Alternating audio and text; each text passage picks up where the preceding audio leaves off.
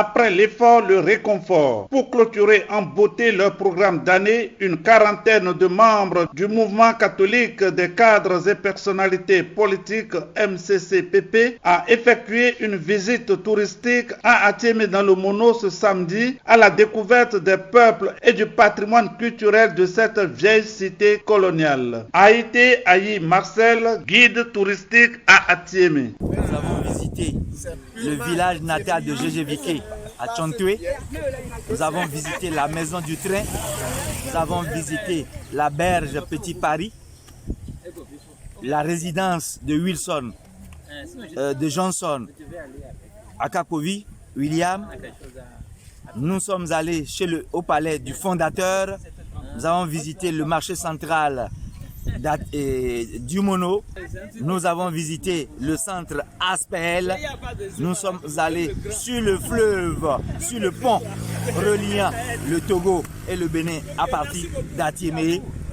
Nous sommes allés à la première, la plus ancienne église catholique du Bénin, celle d'Atiémé, l'église Saint-Louis, roi de France.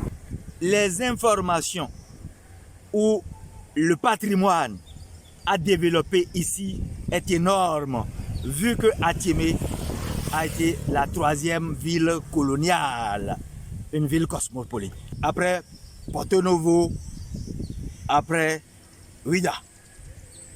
Atiémé, 3e ville commerciale. Maos par le commerce. Après ce circuit touristique, la délégation a été plus qu'émerveillée. Pour ces cadres et personnalités politiques de notre pays, il urge que des efforts soient faits pour la valorisation et la promotion de ces sites. Pouvoir travailler à ce que ces sites soient plus révélés à la jeune génération pour que ces sites soient véritablement promus.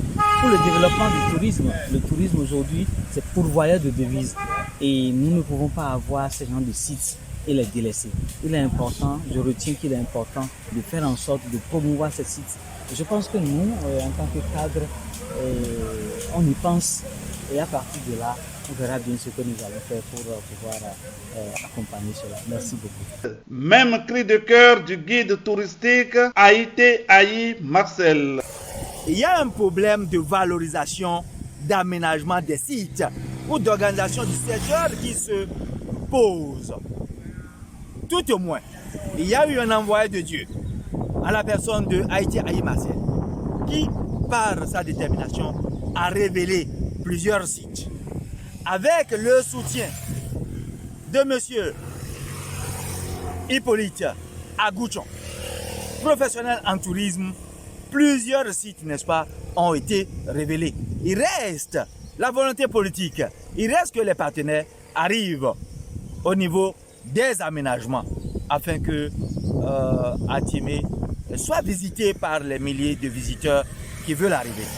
Quant à la coordinatrice nationale du MCCPP, Madame Florentine Adjagba, elle exhorte les coordinations des autres diocèses, notamment celle du diocèse de Lokossa, à redynamiser le mouvement dans leur localité pour donner plus de visibilité à l'église locale. Nous exhortons les cadres et personnalités politiques catholiques du diocèse de Lokossa de vouloir bien restructurer, refaire vivre le mouvement ici pour que nous puissions travailler la main dans la main parce que l'aumônerie nationale travaille beaucoup pour la visibilité du mouvement. Et comme c'est né dans le diocèse de Cotonou, c'est vrai que Cotonou est un peu plus dynamique, mais bon, Porto Novo aussi d'ailleurs est à Bomé. Donc nous souhaitions qu'au niveau de Lokossa, le mouvement puisse reprendre parce que comme a dit Marius, les cadres catholiques ont un grand rôle aussi à jouer dans le développement de leur pays. C'est très important d'ailleurs, nos évêques nous le disent régulièrement, le pape aussi d'ailleurs.